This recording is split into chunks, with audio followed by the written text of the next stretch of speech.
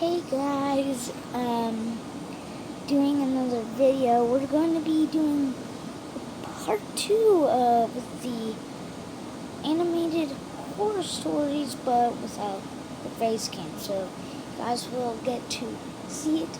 Warning, blood. Let's see what else.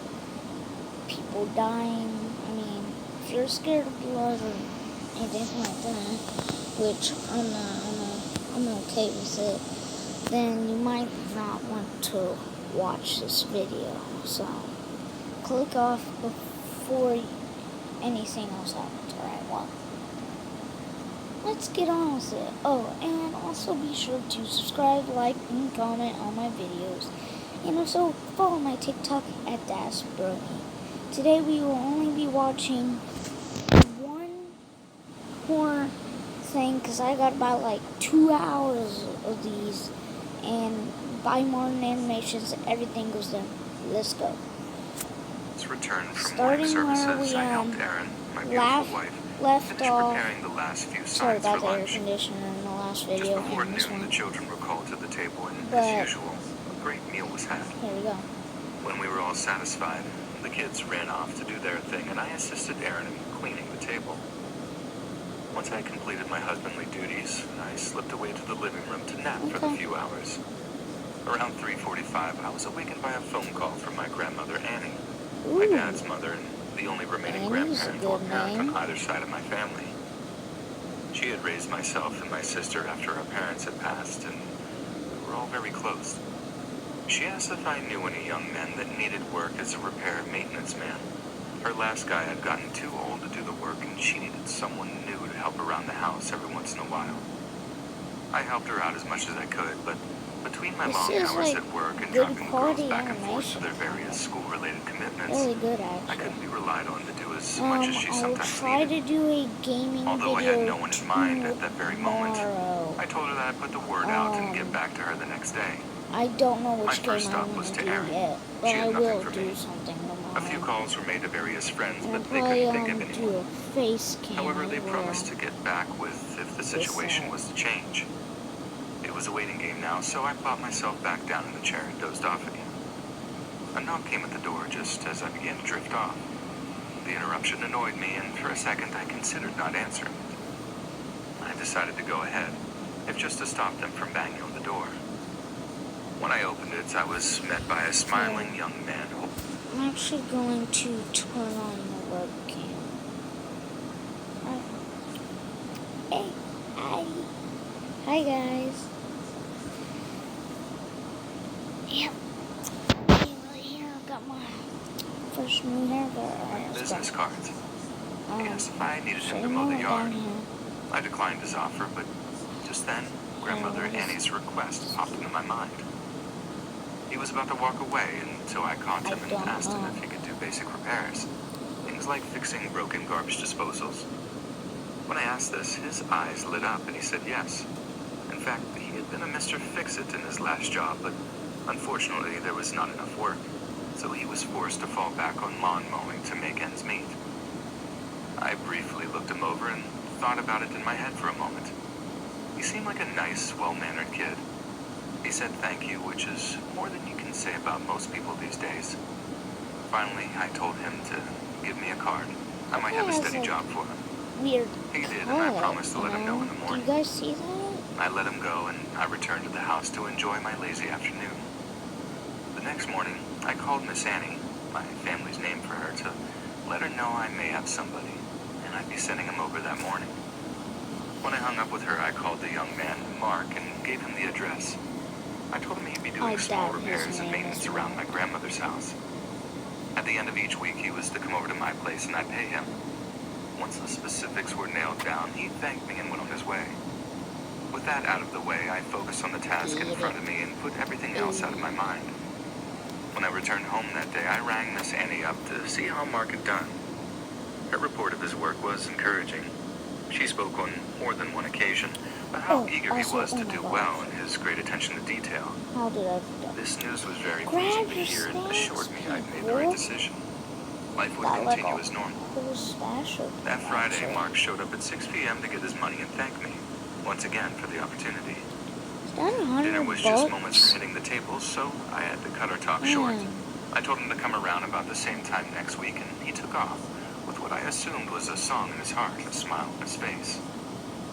This routine would repeat itself for the next several months. However, as time went by, Mark's smile would fade, and his appreciation seemed to become more of an attitude of entitlement. He got to the point where he wouldn't even say thank you, or anything for that matter, to me. He'd just it's like snatch the he's money from my hand and walk tired away. now. While this behavior ticked me off, I didn't have to like him, as long as he did his job. I hadn't talked to Miss Annie for a while, so one Monday morning, I gave her a ring to see how things were going. She said all was well, but I could tell from her voice something was bothering her. After a few minutes of coaxing, she admitted that Mark hadn't been doing his job as well as he had at first. Once a month or so had passed, he began making comments about money and not getting enough work. Since I was the one paying him, she had no idea how much he was making, so she said nothing. I assured her I was paying him plenty, enough money for a full-time employee, as a matter of fact. He had no reason to complain. When she mentioned he would get angry toward her and it scared her, I became a little concerned. Just to calm her fears, I told her I would talk to him that Friday. Even after we hung up with one another, her remark about being scared continued to eat at me. Miss Annie was very special to me, and the idea of her being afraid made me mad. I was determined to nip his behavior in the bud, but it became a problem. But I had to make sure I did so with a clear and calm head. Anger would only serve to exacerbate the situation and breed bitterness between us. I'd cooled off by the time Friday came around. In fact, I was in a pretty good mood. Spring was just beginning to rear its head, and I was looking forward to more sunny You and better warm not days. kill Grandma. Mark arrived at the usual time and had the now common scowl across his face. He attempted to snatch the cash from my hand, but before he could, I stopped him and said we needed to talk. He said nothing as I spoke, just stared with an annoyed look. I finished and asked if we had a problem between us and made sure to express how serious I was. All he could say was no and assured me we were cool before he slowly reached out for the money and pulled it from my hand. This time, he only said thank you before walking away quickly. I couldn't be positive, but things seemed to be clearer, if not better. I wouldn't know for sure until I spoke to Miss Annie that Monday, but I felt optimistic about it. Things at work were very hectic that Monday, so I wasn't able to call Miss Annie until later today. Strangely, I got no answer, but figured she was out or busy and I could try again later. Work got busy again, and it was not until I clocked out that I could call her back. Yeah, I'm gonna get rid of it. Once again, no answer came, but I decided to let it go until the next day. Tuesday morning was much quieter around the office. I had plenty of time to make a call. For the third time, she didn't answer. And now I was becoming scared. So I contacted the police and asked if they could do a wellness check. Miss Annie was almost 80 by then, and the chance of falls were high in people that age. I was told they would and to call back in a few hours. However, it was they who called me back. The tone of the officer's voice uneased me, and he seemed to be dragging out things. This made me mad. I was already on edge from worry. Although I'm not proud of it now, at the time it was understandable. I yelled at him to spit it out, so he did just that. They had done the wellness and found Miss Annie dead. This was unexpected but not shocking. Assuming she died of a heart attack, I asked what the causes were. When he told me that she had been murdered, I blanked out for a minute. Never in my wildest fears had I expected to hear those words. He had to yell out a few more times before I responded, and even then, I felt like I was in a fog. This stuck with me for about an hour, but once I had to tell my family the news, the weight of it knocked me back into reality. The only information the officer could give me at the time was that she appeared to have been attacked by one or more people with hammers or blunt objects. If I would have my wits about me then, the second I heard the word hammer, I could have told him who it was. But that didn't turn out to be required. I give the cop credit for being kind with his words, even after I'd screamed at him.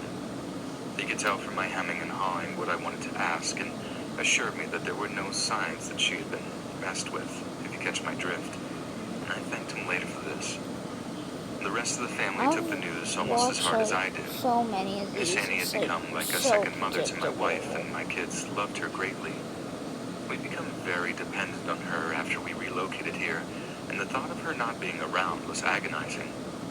It took a day or two before I remembered Mark and gave him a call. I didn't answer, but after I left a message to contact me ASAP. The longer I thought about it, however, it struck me as odd that he hadn't called me.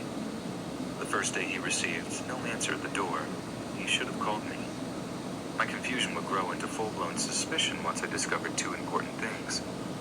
The pathologist determined Miss Annie had died sometime before noon on Monday, and perhaps the more scary of the two, Mark was still unreachable. The results came in that Friday morning, and the cops had been to his home twice and called him every day since I mentioned him to them on Wednesday afternoon. I expected to see him that evening to get his pay, but he never showed.